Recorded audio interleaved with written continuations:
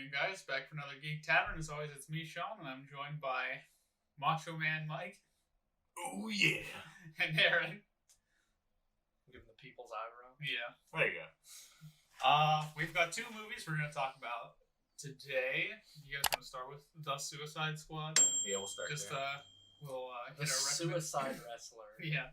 We'll get our recommendation after that. Yeah, I just thought about that too. Maybe a little too, Meta. yeah. This time. So we'll be talking about James Gunn, The Suicide Squad. I guess I don't know if it's a reboot or if it's... I mean, they reference the... It is a sequel because the Yeah. old team dies. Spoilers! Old team dies at the beginning. So, it is a sequel. Yeah. It's still the same characters, the same leader, Amanda Waller, Rick Flag. So I would consider it a sequel.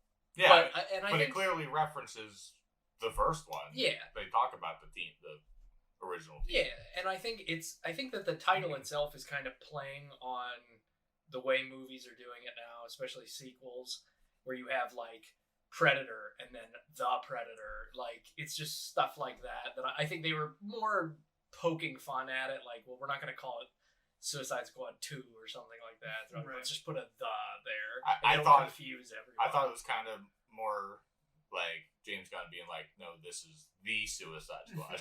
Yeah. Or like The Thing. Right. Both the prequel and the standalone itself are both called The Thing. Right. One is better than the other in that case also. But this is James Gunn's sequel to Suicide Squad 2016, which is awful. Don't watch it. Don't even bother watching it. It's very bad. It has moments. Not Alright. really. Yes, it does. I love Will Smith in it. The extended cut actually is not terrible. I don't think I've seen that one. Oh. I was really excited for it, originally back in 2016, and then after watching it, I was like, "Oh, that sucked really bad." Yeah, because we were all riding the hype train of Guardians, and that's what it was supposed to feel like. I think everybody's expectations were too high. Yeah, because we were watching DC try to do a Marvel formula one time, and somehow they still fucked it up. Yeah. That's just not how David Ayer makes movies, though. Like, he wasn't making a Guardians movie. He was making his Suicide Squad movie, and then Sony was like, "Oh, the Guardians are popular. We should try and make it more like that." And then they fucked it all up. Yeah. Well, yeah, that's. I mean, it had nothing to do with Ayer. He had, from what I hear, he had a good story with that movie, but the studio is like, "No, let's make it like Guardians. Let's throw a bunch of songs in the first 10 minutes." Oh, no. That you're just gonna hate by the time all this is over. Like, because that opening just goes on and on and on, like introductions of the characters, each getting their own song. I'm like, come on, guys, this is too much. I mean, it is too much. I liked it, but I can agree that it was too much. Yeah, like at least in Guardians, like the music in Guardians is diegetic versus in Suicide Squad where it's just shoehorned in for absolutely no other reason than to popularize that concept. And that's what James Gunn does with this movie, too. Every pop song that he has in it, every musical cue that he has in it is diegetic in the movie, so it makes sense for it to be there, unlike, we'll just throw Queen in it. And then, everybody likes Queen. Just throw a Queen song in there. Oh, we're in Alabama? Throw Fortunate Son on while we introduce Killer Croc. I guess I'll be remiss just to talk about comparing the two movies the entire time. We should talk about the merits of James Gunn's version. I think that it was great. I mean, with the exception of Captain Boomerang, because I really liked him. I thought he was really good in the first movie. I was so mad. So whenever they made the decision to kill Team X or Team A or Team 1 and then Team 2. They called themselves Task Force X. Oh, yeah, Task Force X. But she had their names as like Team A, Team B. Right. Okay, yeah. So Team 1, we'll say, gets completely annihilated, with the exception of Rick Flag and Harley Quinn, because obviously you can't kill Harley Quinn because that's what's his name sold them out too, though. yeah. Blackguard. Yeah. Blackguard. Yeah. I'll say this. That was a great scene where he's like, "Hey, it's me," and then Pete Davidson just gets his fucking face blown off. I was wondering about that. I was like, is he causing a distraction? Like, what's going on? And then no, he just literally sold them out. And then they're like, for a second, I thought that he was gonna be like, "Hey, it's me. I sold you out," and then he was gonna be like, that's what lay I thought them all he was down. gonna do too. But then he just literally has his fucking face blown Oh off. man. Yeah. So funny. Oh yeah, and then we obviously before that we get even more comedy with the weasel just jumping in the water and drowning. And I was so mad about that because I was like, he was hilarious already. Don't worry. Yeah, I know. But no, like there's. It was so smart of James Gunn to get these actors in these roles because it definitely worked because it put asses in seats to watch this movie, only to have those actors killed off in the first 5 minutes. Yeah. The one I was most disappointed about was Rooker because they made it feel like he was like they The were main focusing character. on Savant, and then nope, he dies in the first 5 minutes. I was like, are you kidding Yeah, me? he felt very, like even in the trailers, he felt very like a focal. Yeah, and then they just. I was like, what is? Like I was just blown away. I was like, what is happening? Yeah, they just like have all these joke characters be the ones that die, like TDK. Like, I mean, I knew they were gonna die or something. Yeah. Something was gonna happen to them because they weren't They're really even literally prominent in unknown. the trailers. I or mean, we anything. could say the same thing about Polka Dot Man. Nobody knew who Polka Dot Man was before this movie, but he was pretty. Like, obviously, he was a part of the main team. Right. But like. Having like nobody knows who Javelin is or TDK. I've never heard of Blackguard before. You know, Didn't matter who Javelin When was. TDK, I laughed so hard. his arms just floating. yeah, you And thought he'd do something badass. They and then he's float just like, over. Yeah, they float over and he just like slaps them a bunch. Like he doesn't do it. my favorite bit was when they're just shooting his arms and he's laying on the ground. He's like, ah, Yeah, like screaming in pain. But it makes me wonder, like, okay, so his arms clearly are detached. He can feel the pain. I get that. Mhm. But, like, why did he die? He could still survive without his. Yeah. I think that they killed him after that. Somebody did shoot him. Yeah. like, Okay. in the head or something like Yeah. that. Okay. I couldn't remember, but Yeah, the way the whole team dies, I was like, what?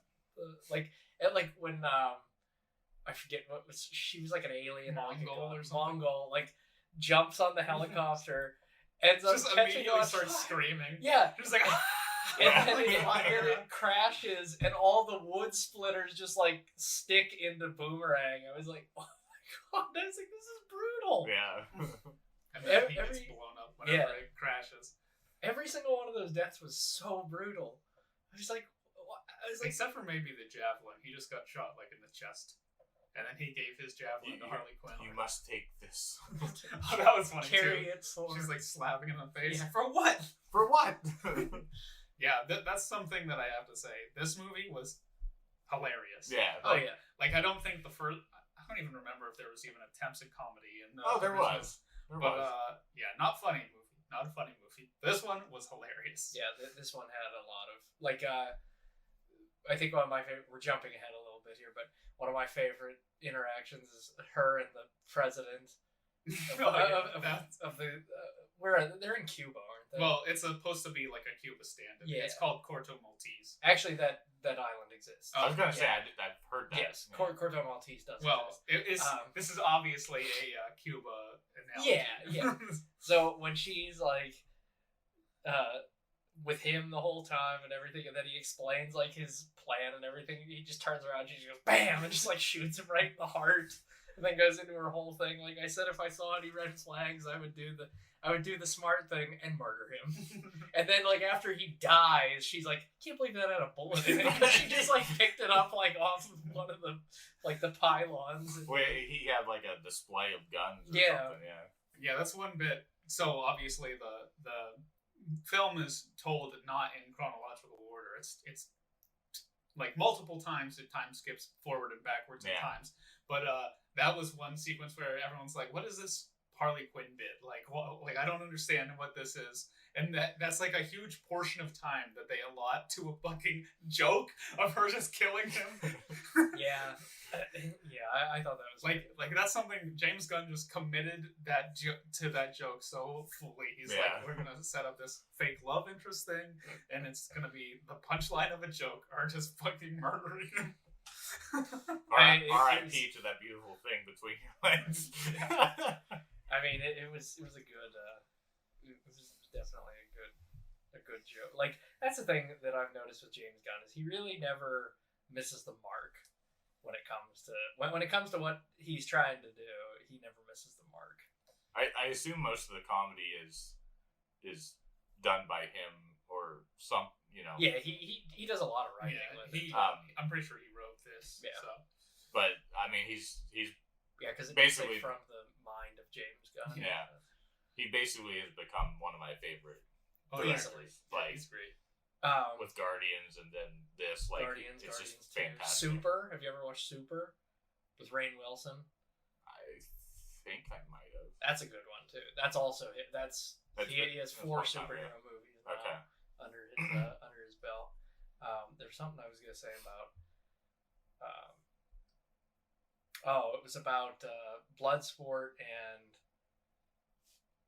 Peacemaker when they're having the pissing contest of them killing people in the camp. Yeah, that's another great. Yeah, that's another huge allotment of time to one joke that they're the freedom fighters. Well, and then the other.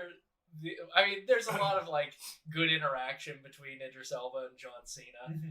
Like whenever he says something about, or he shoots the guy. Yeah, he goes, shoots the guy. Yeah, he shoots him and he goes, he'll live. No, he's like non-lethal. Yeah, non-lethal. He's like something decompressed decompression bullets, and then he blows up, and he goes, nobody likes to show off, and he goes, unless what they're showing off is dope as fuck. And then Idris Elba turns around and goes, fuck, that's true. So good. That shit is hilarious. I know that some people were saying they didn't like John Cena in the movie. I thought he was great. Yeah, he's my favorite character in the whole movie, I think. Idris Elba was also amazing. He was. He was a great stand-up. And they played off each other very well. I really like the interaction with Bloodsport and I'm not gonna remember her name. The Ratcatcher. Okay. Ratcatcher 2. I was gonna say Rat King. Kinda. That's the turtles though. But yeah, I really like their. Yeah, I mean they all had pretty good arcs. Like in the bus specifically, where they're talking. I don't know exactly what you could say Harley Quinn's arc is, per se, but we already saw her arc in Birds of Prey.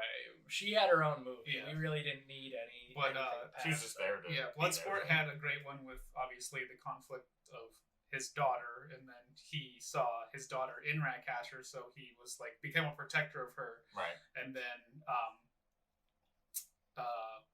Polka Dot Man was like basically made into a monster, and he's like, I just want to be a superhero, and then he became one, which was a nice fulfillment of him before he was him seeing his mother everywhere. That's another great joke. I think that Polka Dot Man was my favorite character in the movie. Polka Dot Man is a very good character. It's a very ridiculous and quite crazily overpowered. That's the funny thing. It's like they take this absolutely known name, like nobody in 1,000 years knows who Polka Dot Man is, and they make him one of the most overpowered characters. Like, I mean, it goes through anything made of matter, really. Like, there's nothing. Whenever they have like the power dampening collar on him, and they're like, "Oh, what's that?" It's a power dampener, so that he doesn't go out of control. It's like his name is Polka Dot Man. Like, what is this? He throws polka dots, but they literally like disintegrate everything. Line there where he's like, "What's he do? Throw polka dots at people?" And it turns out that's exactly what he does.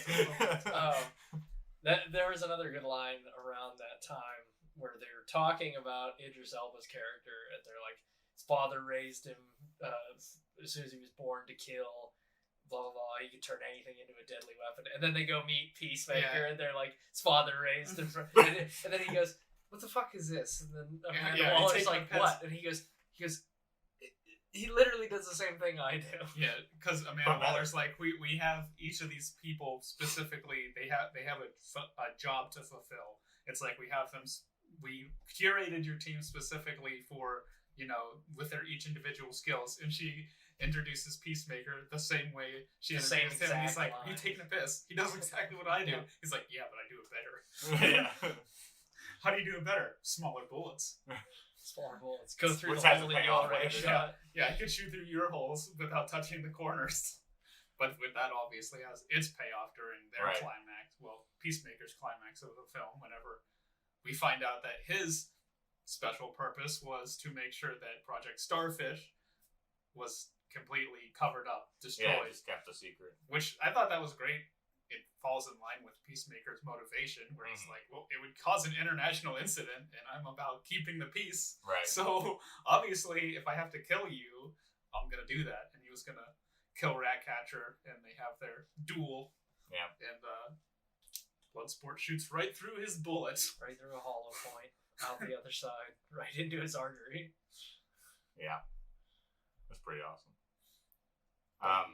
Miraculously survives. Somehow survives. Well, he's John Cena.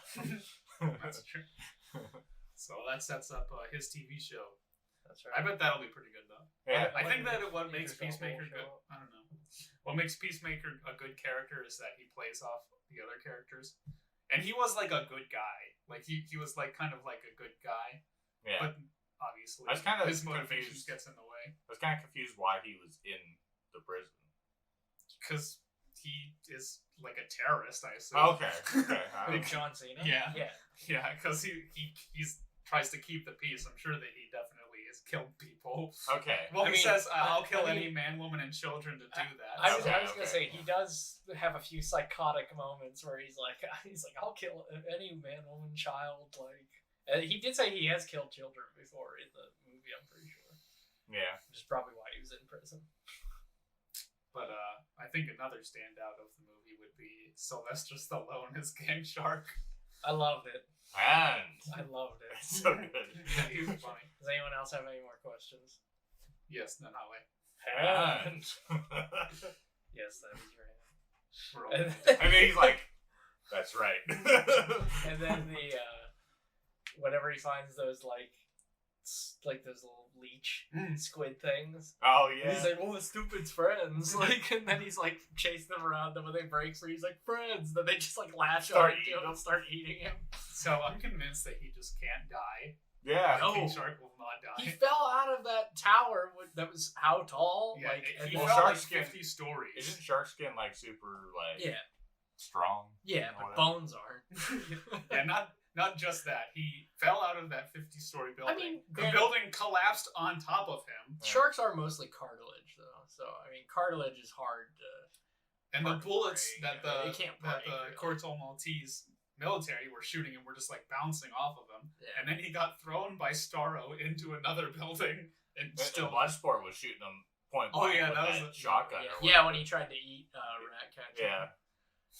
Nom nom. Yeah, because then he like charged him, and then he was like, "Bam!" and, like shot him back. Yeah.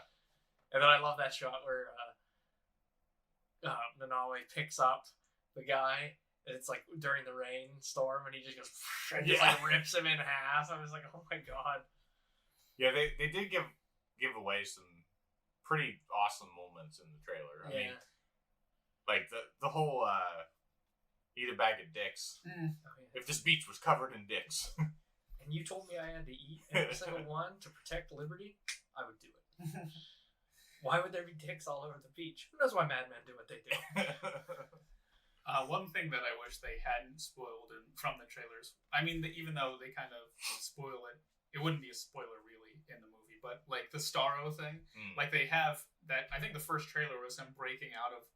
Yeah, you see him like on a small Jotunheim. screen or something. Yeah. Yeah, he like broke out of Jotunheim, and I was like, oh, that's the fucking end of the movie there. Yeah. Like if they were just like if they didn't spoil that, and they're like, oh, we're going in to stop Project Starfish, And then I think the first time they talk about it, they show the Americans capturing him in space. I don't remember. Oh, it was whenever the Corto Maltese guys go in, and they go into Jotunheim, and Peter Capaldi tells them what's like in there after their coup. And then, like, that's obviously like, oh, okay, an alien, whatever. But then, obviously, you're not going to expect it to be like, you know, however many stories it was tall, because they mention it's like, oh, every time he gets a new person, it like he grows in size or whatever. Peter Capaldi, There right? we go. But yeah, I feel like whenever Star like slams on the glass, that was supposed to be like a huge reveal. It's like, oh, this thing is fucking massive now. But obviously, which if you didn't watch the trailer, then you would know that. Yeah, I do hate how they give some things away in trailers. But start doing away with them. Yeah, no more trailers ever. Yeah, no more. You hear that? Put an end to trailers. Yeah, just put a synopsis online. We are here to cancel trailers. You could have like a first teaser trailer that lets you know that the movie's coming out, but after that, no more trailers. Yeah, I remember. I remember that Rise of Skywalker's trailer was better than the movie. We don't talk about it. I mean, there's a handful of cases where the trailer is actually better than the movie. Like, Yeah, I like watched the trailer Suicide Squad. Yes. That trailer is awesome, and that movie is dog shit. I don't think it's that bad. It's that bad. I don't think so. It's not the worst movie I've ever watched. Right. I don't know. It's pretty bad. I don't know what the worst movie is I've ever watched. I probably already forgot about it. Yeah. If it's the worst movie you've ever watched, you'd remember, because you would hate it. I actually have an answer to that. Why wouldn't I just block it out, though? I think you'd remember. Redneck Zombies. That does sound bad. It is bad. That sounds terrible. It's literally somebody with a home video camera made a movie in the 90s. But somehow it got distributed because my uncle rented it from the local video store. Yeah, do we have any other thoughts on the Suicide Squad? I hope that aside from obviously the Peacemaker TV show, I hope that they, like, maybe James Gunn writes another one, and I don't know if they'll have the same team, but, like, I think that... No, that's what I liked about this one, was it wasn't the same exact characters. Oh, yeah. And it wasn't the same exact characters in the characters that we had, because I hated Rick Flag in the first one. He couldn't fucking stand it. Totally different. He was one of my favorite characters in this. Oh yeah, we forgot to mention that. Rick Flag dies.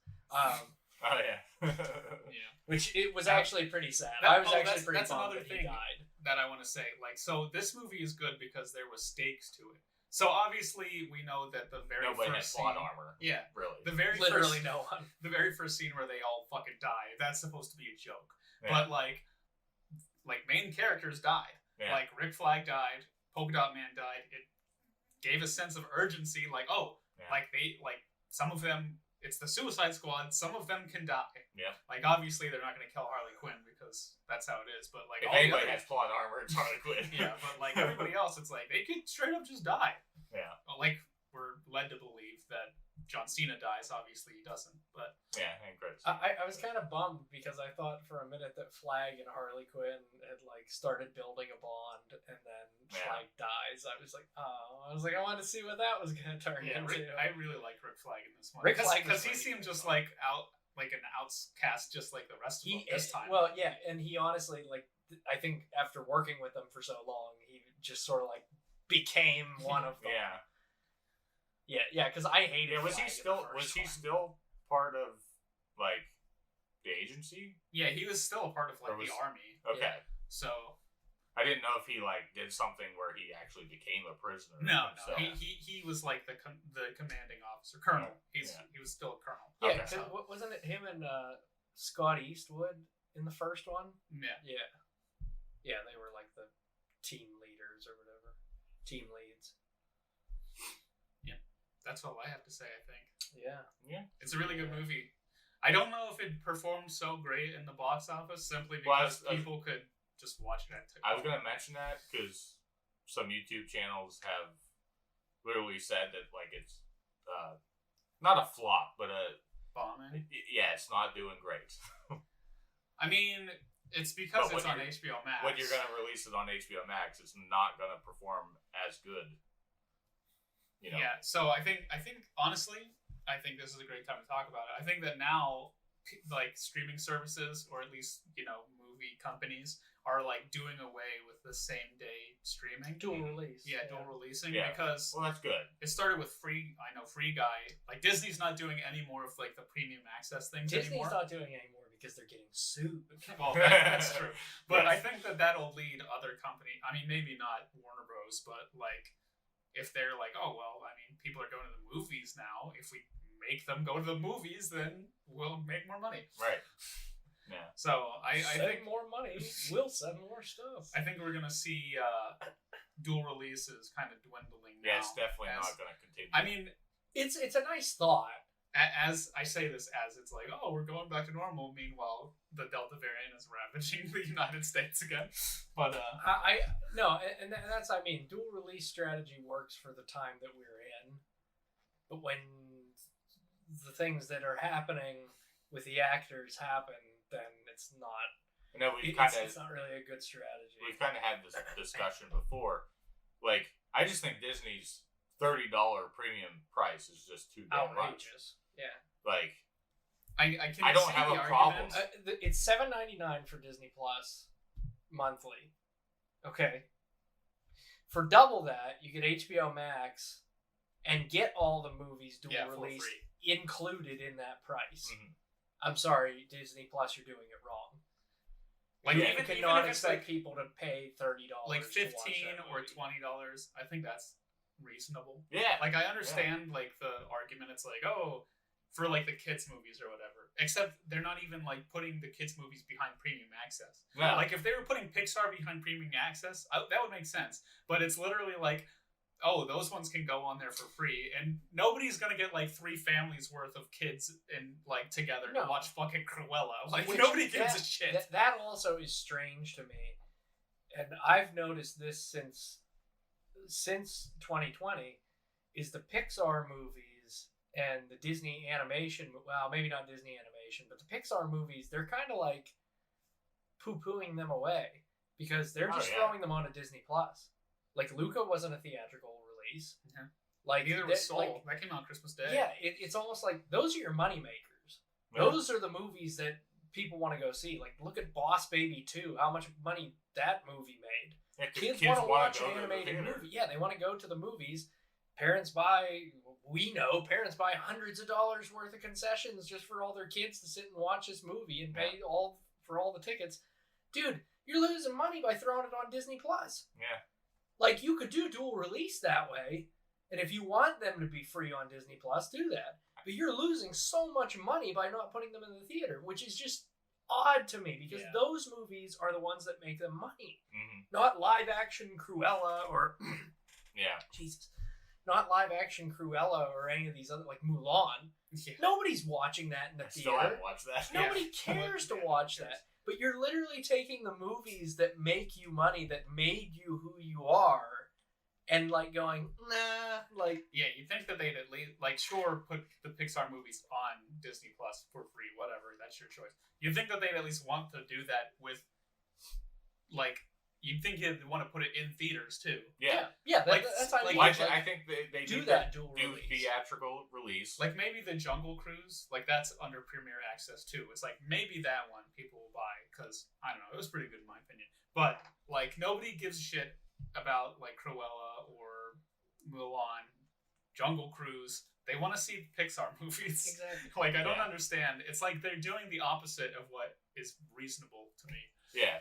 I think in general, moving forward, what they should do is give everything its theatrical release, give it like 2 months, and then instead of waiting like 6 months for it to come to home video or whatever, throw it on like 2 months after it's released. Yeah, because people are still going to go see it if they want to see it. Yeah, and I mean, like, that's what HBO Max is doing, because like one of the first ones, Godzilla vs. Kong, on the 17th is going back on HBO Max for free. So, like, to me, that works well. Mm-hmm. That system works well because you can wait. it's been like, what, 6 months since that movie came out. Yeah. But you can still watch it for free. You know it'll be back on there because it's an HBO Max Warner Brothers release, so you can still watch it. Like, granted, Disney does that by, after a certain point, like Black Widow will be in with the MCU library and all that. But nobody's paying $30 to watch it.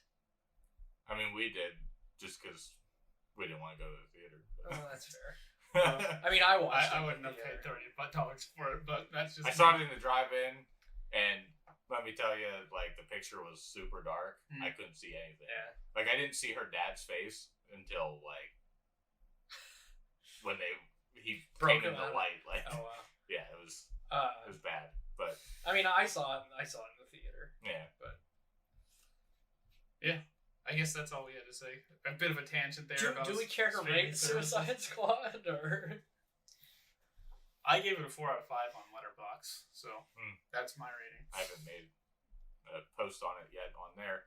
I guess if we're basing it on that, before I rate it, I'll rate it. Yeah, I'll just agree 4 out of 5. Yeah. I'll concur. Yeah. Hear. Yeah. It's really good. A lot better. It's a 4 out of 5. 4 out of 5. Goodbye. We'll have we'll put that on the DVD release. 4 out of 5. Geek Tavern podcast. 4 out of 5. Oh my God. Except it won't be like 4 stars. It'll be the number 4 out of and then the number 5. Number 4 out of number 5. Except 5 is like spelled out FIVE. 4 out of 5. It's just like the most fucked up looking. Who the hell transcribed this?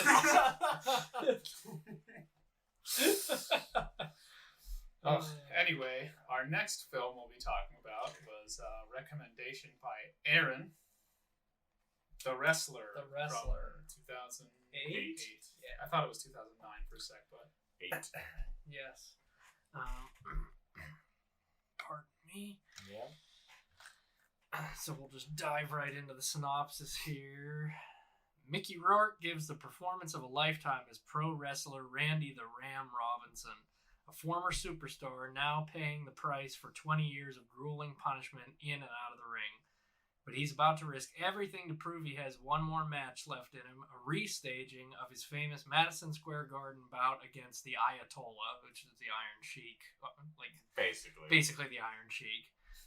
Darren Aronofsky directs a powerful cast in this action-packed saga of guts, glory, and gritty determination that is as irresistible as a headlock. Pretty much sums it up. I suppose. I just gotta... Alright, let's rate it. Yeah. I don't know. I don't know. I didn't look up to see, because I didn't want to be persuaded one way or the other on people's feelings about this movie. I know you don't like Mickey Rourke. You'll be surprised to know. Let me start there since you brought it up. I actually really enjoyed him in this movie. Yes, he's great in this movie. Yes. The movie. Don't get me wrong. He's a dick, but he's great in this movie. Yeah. So I didn't look up like what wrestling fans thought of this movie. So I don't know if I'll get shit for it, but like, there's a lot of things I had problems with. Yeah. Like you just reading that there. 20 years. Does he have another match in him? Jericho's on his 30th year. Like. Oh yeah. Yeah. I mean, I guess things are different now. Yeah. Compared to what it was then in the 80s, I guess. But yeah, because if you took him like in the 80s, and then he goes out, hasn't wrestled. I mean, he's just doing like. He also has a heart problem, so exactly, that's a different thing. But which is probably from abuse of PEDs. That's true. I feel like he was in the generation that, like, and I'm not talking bad on any of the wrestlers from that generation. Yeah. But nobody was taking prescribed by a doctor PEDs. They were all sharing that was a shit major in the locker room. Yeah, that was a major problem. That was spot on. Yeah, and that's why their hearts explode at 65 or 70. But I don't know. I was just like, I guess it's part of that time. Yeah. Yeah. To be hearing that in 2021, I'm just like, 20 years. Like, oh yeah, that's nothing. It's dated. Cena's been wrestling for 20 years. Yeah. Like John Cena's 50, and he's still wrestling, isn't he? Oh yeah, he just came back. He's wrestling for the title. Yeah, yeah. So I mean, Yeah. Yeah, but I mean, like like we were talking about, he's rough. He's rough. He like, is. Yeah. Yeah. So he's obviously like a Hulk Hogan stand-in. Yeah, pretty much. Right. Kind of. Yeah. Hogan never did any hardcore matches. Let me just jump into that. Where he has the heart attack. That's an actual company, CCW. And they do death matches. It's ridiculous. Oh, like with all the, that was with the barbed wire, the ladder, like all that and shit. All the They do that. everything. Oh, I believe it. I've seen matches like that before. Jericho just did a match with they call him the king of death matches. Oh wow. Nick Cage. The Nick Cage. No, or Nick Gage. Oh. It seems like something Nick Cage would do, honestly. Yeah. I mean, that's just it's also not out of the realm of possibility. So that was one bit. So how much did he make for that fight? Like, Randy? Because yeah. So he is obviously he's been doing these like low shows. It looked like he made like maybe 500. Yeah. I tried to count it. I couldn't. Yeah, they just handed like an envelope that's like that thing. Yeah, he's like, you deserved it, buddy. And anyway, so like, why is he doing this match? So the character, obviously, he's like, he lives to wrestle, whatever. Yeah. Mm-hmm. That is so punishing to him. Like, well, that's the thing. Like, I didn't understand that even as a wrestling fan. So like, nobody from the 80s is gonna do a CCW match. Yeah. Like that part of the movie, like, obviously, it's just, I think that's kind of to show, like, he's kind of like, obviously, that's the part where he has his heart attack. It's supposed to be like, this is like the wake up call. Yeah. You know, he's doing this fucking ridiculous set. Yeah. And then he ends up having a heart attack. I think that the reason why he's doing these types of shows is it's his ego. It's 100% his ego, and he thinks he's invincible. Mm-hmm. So he thinks he can continue to like do all this stuff. And I think that's a part of his character is he's just like, well, I don't care, like I can do it, like yeah, put me in, I'll do it. And they're like, everybody's like, no, you can't, you physically cannot. He's like, fuck off, I can do it. Yeah, I mean, I love that. That's aspect. his ego. I hate to bring up all the negatives because I did enjoy this movie, but the portrayal of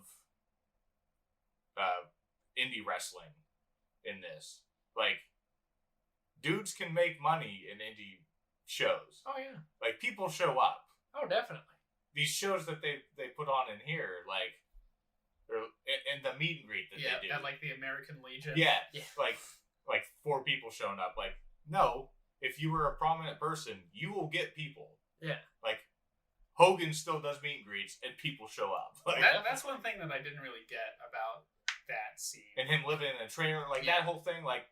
So that was also, like, another part, like, that was obviously a part of his realization of, like, oh, I can't do this anymore, because he looks around, the one friend of his is, like, passed out. Right. Because of probably cranial damage. Yeah. And then the one guy's in a wheelchair, the dude has a catheter. And there are cases like that. Yeah. I'm just saying, like, people will show up and just support those people. I would say, look at it like this, him living, like, in his trailer and shit like that. Look at how Batista almost ended up. Yeah. Batista was at that level where he was gonna be living, like, out of his car. Yeah. Like, I could, like, let's look at Randy, like, that he was Hulk Hogan type guy. Well, I think that's what they tried to say he was at the end. But he's an outlier, obviously. Like, all of the guys that he wrestled with are probably, like, managed their money well and everything. He just kind of pissed it away, is what, like, his whole character in this movie is a fuck up. Like, that's just his whole nature, and I think that's why he is where he is. It's because he, like, it has nothing to do with what he did in wrestling or anything. It's just his personality and how badly he screwed up his personal life. I get that's that. affected that. And he's holding on to wrestling because he thinks that's what makes him. I guess the biggest thing is, like, if he is still actively wrestling, there would be way more money he'd be making. Oh, yeah. That's my problem, I think. Is like... Yeah, there is fans that go to these local indie shows. Yeah. Like, people make a living off of that, like a good living. Yeah, that's the one thing that I like. So obviously, if he's supposed to be like this Randy the Ram, he's supposed to be like this huge name at one point in wrestling. Him going to like the VFW or whatever, like you'd think that there would be tons of people like that would want to come and see him. Yeah, I mean, I'm not saying that I'm sure there's bad days for meet and greets or whatever, but like that just wasn't realistic to me. Yeah, and maybe I feel like because this was supposed to be like current time, like 2008. Yeah, like indie wrestling was popping off at the time. Oh yeah, in the 90s, maybe that's what it was like. For people that wrestled in the 70s. Like, probably nobody showed up to that. Yeah. But, like, in current time... Oh, yeah. The nostalgia swings back around. Yeah. So, like... Yeah, like 2008, like... Yeah. There'd be all kinds of money through meet and greet, through whatever. Like, so I don't know. No, I totally understand what you mean. Yeah. But yeah, like I said, he seems more like an outlier. Like, maybe... I feel like there's a lot of factors behind the scenes that we didn't see. Yeah. Like, maybe he built a bad reputation for himself and people didn't want to hire him. Well, he seemed very well respected, though. Yeah, oh yeah. Yeah, he still seemed very respected. Yeah, I don't think he's being gypped or anything. Oh, no. But yeah, like I said, I'm sure there's stuff that happened outside of the movie that we don't. Yeah. That something happened, but ultimately he's just a fuck up. Well, the realism of his situation aside, it's obviously in favor of his character, story. Right, yeah. No, like his growth as a character, him realizing, he has a double shift in his character where he's like, I can't do this anymore. I want to reconnect with my daughter. And then he fucks that all up again. And then he's like, you know what? And he was trying to get with Pam, have an actual life, get a life together for himself for, respectable life. And then after that, he's just like, nobody fucking wants me. Can't do that either. Nobody fucking wants me. I screw up everything. The only place that I belong is in the ring. Yeah. And the one scene that I really liked, after he, decides he quit, and he's, taking the job at the deli or whatever, and he's walking up, and you hear it's the crowd yeah, Randy, and then he just walks through the deli counter, and then it just goes silent. I thought that was a great scene. It was, yeah. And whenever he's actually working there and he's enjoying himself, he's he's getting his life back on track, and then fucking fucks it all up. So I kind of didn't understand the point of him cutting himself. He just, or did he just want to feel something? That was what I took that as. He just got so not run down, but just realized that it wasn't for him. Yeah, I can't do this forever because it was just so mundane. Yeah, day in, day out, and I think that's what I took it as. Is he just jammed it in there just to feel something, right? To bust himself out of it. Yeah, because I thought he was going to use it to get back at the owner, I don't know, to get workers' comp or some shit, Yeah. But then he just goes off and Well, I think he anyway. would, because I think he would have done that because he would have probably been fired for doing that. If he had cut himself, they'd have been like, "Oh well, you were told about this." There's legalities. Yeah. They'd have to pay him. But, yeah. But yeah, and then he ends up back in the ring for one final swing. Yeah. The movie is nice and open-ended for you. Yeah. So I didn't like that. To imagine his obituary? Well, it's to imagine. Obviously, he's dead. The film is led to believe, let the viewer decide whether or not he dies. I'm pretty sure the majority of people will come to the conclusion that he probably died. He's dead. But nonetheless, the movie was open-ended. I'll concede. It was open-ended. I like to think that he at least won the match. Well, he probably the entire time fighting, the Ayatollah was like, all right, we gave the show. Oh, yeah, no, he's like, pin me, we're done. It's fine. Yeah, because Randy like starts to collapse because Yeah. he's having a heart attack Yeah. and like goes down, and then the Ayatollah is like, he's like Randy, he's like, hey, he's like, pin me, he's like, just pin me, like we're good, and then like he knocked him off the ropes and then clotheslined him, and then the Ayatollah's like, he's like, just pin me, man, like we're done, and he's like, no, and like climbs up on the It's because just the everybody Ram starts Jam. cheering. Well, yeah, for I mean, it's the Ram Jam. Yeah, that's every wrestler has to hit their finish. Oh Like, yeah. because the fans would call bullshit if like he pinned him off of a clothesline or whatever. Like, Why is a 70-year-old man not doing the Ram Jam? Why isn't he jumping on the top rope? terrible finisher. Like he should have changed that 10 years ago. Nobody from the 80s even did that kind of shit anyway. But You can even see it. This might just be him doing that, but getting up on the top rope. It's like shaking and shit. Like he can barely stand on the rope. well, yeah, I mean that does happen. The closest person was Macho Man. He did a flying elbow, but he didn't wrestle into the 2000s. You Yeah. know, so he didn't have to do that at that age. But He was doing Spider-Man. He didn't get that opportunity. I got you for 2 minutes. For 3 minutes. 3 minutes. 3 minutes of playtime. It's my favorite Macho Man. Yeah, ever. yeah. He should have come back into wrestling at that point as Bonesaw McGraw. Been great. Yeah, he was retired at that point. Yeah. Yeah. He was still in really good shape for Oh being yeah, retired. Yeah. Anyway, we don't have to go Anyway. into that. But I like to think that he at least survived to win the match and got backstage and probably died.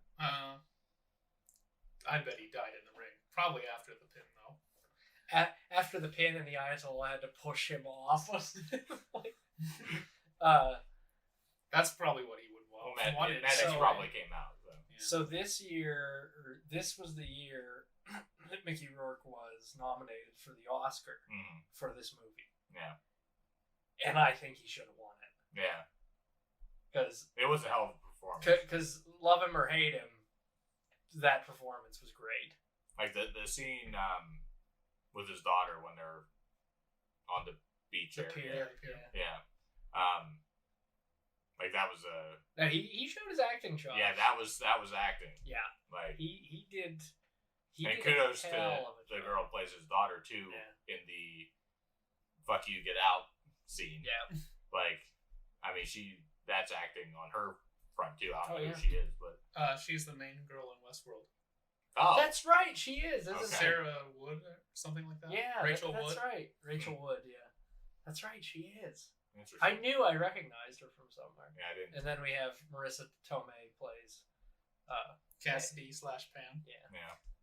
Which, she's a good character too. Yeah. And she's just stripping to make a living for her son. Yeah. I've been enlightened on her, so Okay. I didn't know she was that attractive. I'm just saying. She isn't. Haven't you seen Spider-Man? Yeah. Haven't you? I mean, seen I that, knew May? she was attractive Oh, now, but oh, like Marissa Tomei is very attractive. Yeah. They, had to, In- they tried to make her even less attractive in this movie. Yeah. Just like fit the character. Yeah, they did kind of try. Yeah. And then he like goes in to like beat up the bachelor Yeah. bachelor party. Yeah. And they're like, oh, we got the old lady, and he comes in and like tries to like beat them up. That was funny. That was funny.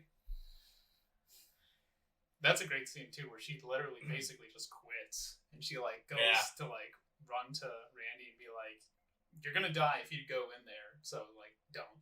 And, Yeah. And she's like, "I'm here now. Like this is real. I'm here." And he's like, See, "That's real." Yeah. you know what? That was. I didn't see that coming. Like him to actually like, no, I'm going out there. I had a feeling, like the first time I ever watched this, I had a feeling that's what he was gonna do, just because he was, for however long that match went on, 15 minutes or whatever, he was in his glory days. So like he was just back in it, breathing it all in, like he was at home Yeah. and at peace, and that's how he wanted to go. I mean, that is how it is for a lot of wrestlers. Yeah. At least that's how they, describe it. I mean, like you could say that for anybody. Is like any when profession, they're in really. their zone, like that's their home. That's Yeah. what they want to do. That's where they want to be. Yeah, goes for musicians. That Yep. anything. If they live by the ring, die by the ring. I was Or in the ring. I was a little surprised that, at least maybe I didn't know them all, but there was kind of a lack of actual wrestlers. The only two that I could pick out was the Ayatollah, was Ernest the Cat Miller. Nobody knows him. Oh yeah. And then Ron the Truth Killings shows up as Ron the Truth Killings. Apparently, I didn't know he was. I thought he was like a different. Yeah, character. I mean, I understand. Like, they probably didn't want to saturate it with like a bunch of really recognizable wrestlers. But, like the first locker room Yeah. he walks into, I was like, "Ooh, who am I gonna pick out?" Yeah. And I was like, "I don't know anybody." Uh, So I thought that was kind of surprising. I like how they kind of break it down, like the business of it too. Mm-hmm. Like they're like, okay, you guys are gonna be doing this. Like they run through the. I don't set think list. it actually works Probably quite like that. But then, like, they're It- like, it- okay, this is what we're gonna do. We're gonna, we'll do oh this. no, and then no, you'll do that, and like shit yeah, like that stuff. They do get together. And Yeah, and yeah, plan they get it out. together and they plan out what they want to do and everything. Unless you're super good, like for example, Triple H. Or well, They just some call of it in those. the ring, like. Yeah, and some of those matches too. Like I've read about like I can't think of who it exactly was off the top of my head, but they handed them like the script, and all it says is so and so wins. Mm-hmm. That's it. Like they just Well, yeah, go in sometimes and they they're just just go like, in hey, with that, yeah. let's go in and just do whatever. Yeah. And they're just like, hey, we'll run it for 15 minutes and then pin whatever, Yeah. But no, I feel like in wrestling, like of course Sheik and Hulk Hogan are well, they're a couple, but Sheik is Sheik, Hulk Hogan, who am I thinking? Roman Reigns and Lesnar. There are and Cena and Lesnar. There are heated rivalries between some of those guys. People, But I feel like there's a camaraderie among most of them. Like Yeah. there's never any real like hard feelings or anything like that. Like these guys are friends. They work together. Like this is just what they do. yeah, there's definitely actual feuds. Oh, I know Cena hates Lesnar and Lesnar hates him. Uh, Some of that might be embellished, but I don't think that they like Yeah, I each don't- other. He does not like Roman Reigns. Brock doesn't like anybody. No. No, and he hates Roman Reigns. That's why he lives in Saskatchewan, Yeah. Canada, in the middle Out in the middle of nowhere, Like, where he kills a moose and drags it back by Yeah. himself. There's a video. I'll show it to you. He goes out and he's like hunting. He's like, "Oh, that's a beaut, isn't it?" And then like he literally just like grabs it and just like drags it Do you through know the how big woods. moose are? It wasn't an actual moose. It was like an elk or something. Okay, I was gonna say moose are fucking gigantic. No, I know they're dinosaurs. They're living but dinosaurs. this is Brock Lesnar. This is Brock. Uh, Brock Lesnar is the incredible Despite Hulk. Brock Lesnar's size, I don't think he'd be able to drag a moose through the woods. I don't know. He could probably get it pretty far. Yeah. Not buying it. All right. Anyway. On the next episode, we'll talk about our theories on. We'll go in depth on can Brock Lesnar pull a moose across a football field. We'll start small. Yeah. I gotta respect Brock Lesnar. He's one of the only like professional wrestlers that has managed to build a career in other like UFC. Like I know CM Punk tried to do that, but he's not very good. He was just too old. Yeah, and obviously, And like didn't Brock- have like the background. yeah, like Like- Brock Lesnar was a successful UFC fighter, and then he was obviously wrestling first, then UFC, then he went back to wrestling. Yeah. There was a time he wanted to go back to UFC. Lesnar was my But- favorite wrestler for a while. I mean, he doesn't Suplex- really have any I personality. bet there's more Suplex money in City. wrestling. Just Oh, because there of is. marketing. No, Marketability to Lesnar's simply just he's just a Hulk.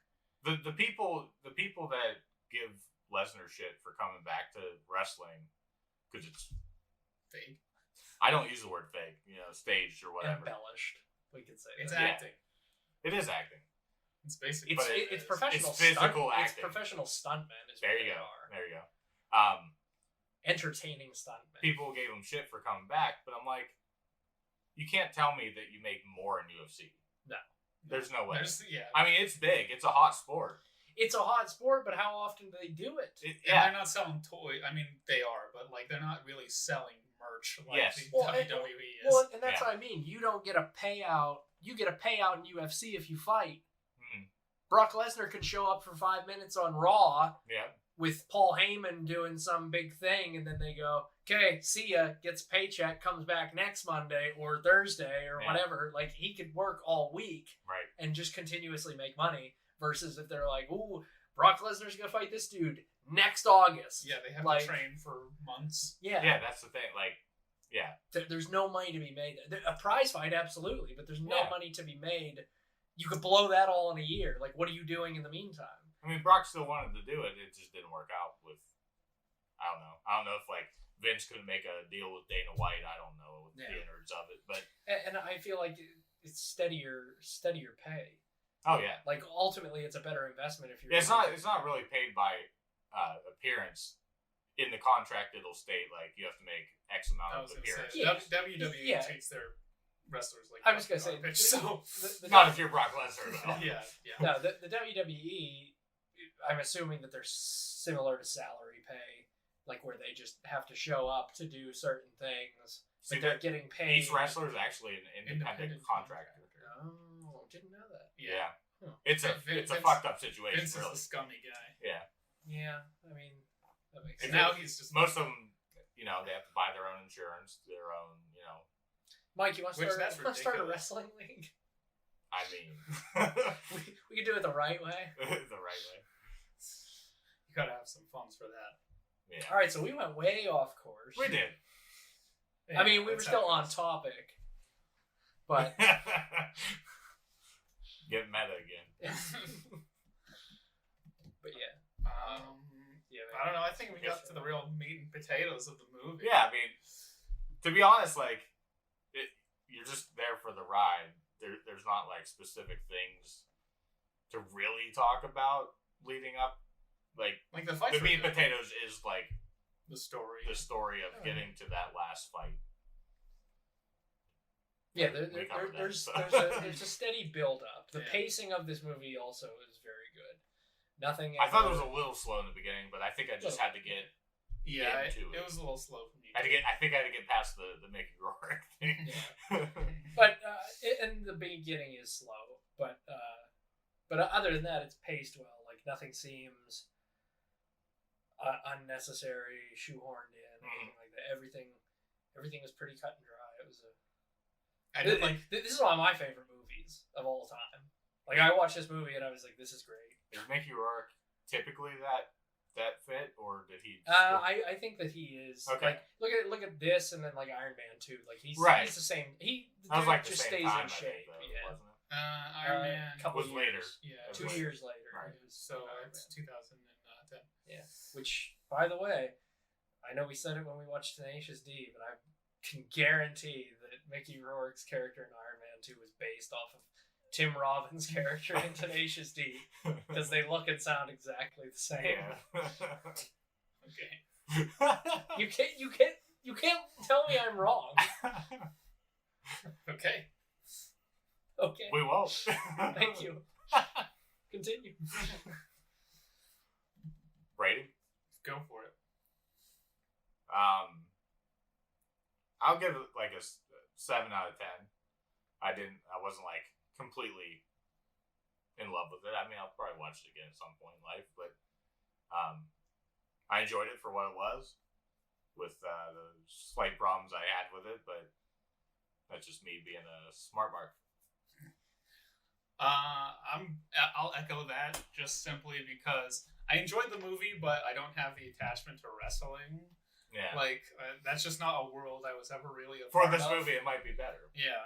So like you bring up a good point. Like for all I knew, that's how with like I had trouble like being like, oh, this is a Hulk Hogan type. Like obviously he'll have like maybe it's just an outside perspective now because it's even 20 years, 10 years after that fact. Yeah. It's like there's no shot that he's going to be struggling the way that he is. Right. But I mean, like maybe that's how it was 10, 15 years ago. I mean, there are guys, but like typically it's not the top guy. Like they talked about him as if he was the top guy in the 80s. Yeah. So that's one thing that was just hard for me to come to grips with. But his emotional story is great.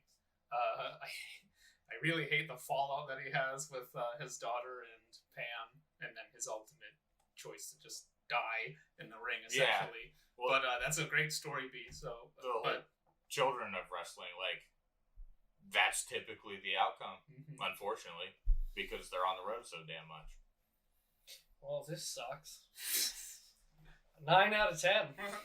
I love this movie. This is like I was telling somebody about this movie the other day, and I was like, "Yeah, it's in my top 10." I was like, "This movie's great." Like this is one of those movies that it's a surprise because I picked up this movie at FYE for like $3, and I was like, "Oh yeah, I've heard about this movie." Like, and I don't like Mickey Rourke as a person. I like him as an actor, so I was like, "I'll watch this," you know. And it's one of those surprises where you put it in and watch it, and you're like, "Wow!" Like you're just blown away. This is one of those movies. Yeah. So that's basically my. And every time I rewatch it, it gets better and better. Because like I watched it when it was probably 7 years ago that I first watched this. Now that I'm older, like a lot more of the concepts in it, I understand. A little bit more because I just picked it up to watch it like as a. It'll be fun to watch Mickey Rourke wrestle. So like, it's just an action type movie. No, and then it turned out to be more of a dramatic movie. Yeah, which caught me off guard, and I liked it even more. But yeah, this is a case where it's just one of my favorites. Yeah, that's why I recommended it. It's, like I said, 9 out of 10. Well, we picked a pretty appropriate time to review this movie because there's a new show called Heels, starring Stephen. I thought it was also a movie. It's a show. Yeah, it's a show. I thought it was a movie. Not that we're sponsored by it, but by our good friend Stephen and Matt. But so it really just got me ready for that premiere this Sunday. So. Oh, it's a Sunday. Yeah. Oh wow. Well, by the time this airs, it'll already be out. But yeah. Yes, or tomorrow. Yesterday. How do days work? Yeah, it comes out yesterday. All right, there you have it. 2 movies down. And it's time for a recommendation from myself. And I think I'm going to recommend 2 movies this time for once. They're both documentaries. We had a discussion about it. So obviously, the one, I'm pretty sure you guys know what it is. We're going to watch Val. That's what I thought. Oh, cool. Yeah, I want to watch that. Which you can find on Amazon Prime. It's a Prime original, actually. It's a documentary that Val Kilmer just like documented his life throughout making movies. So we'll watch that. And then the other one is called The Donut King. Oh, I heard about this too. Yeah, that's actually what I thought. Oh, is it? We're talking about. It's about a Vietnamese man who basically invented the donut in America. Oh, so yeah, that was actually the one that I thought when we were talking about it. We thought we knew what it was. I thought it was Val. Nope. Well, Val never popped into my head at that point. So collectively, we knew. We all knew. So I don't know. You get spoiled from the documentaries, but if you want to be a part of the discussion, make sure to spoiled for Val. Make sure to check out Val and the Donut King before our next episode. I hope you enjoyed our discussion about The Wrestler and the Suicide Squad. We sure enjoyed talking about it. Make sure to like and subscribe, comment down below, all that fun stuff, and we'll catch you guys in the next one. Later. Oh yeah!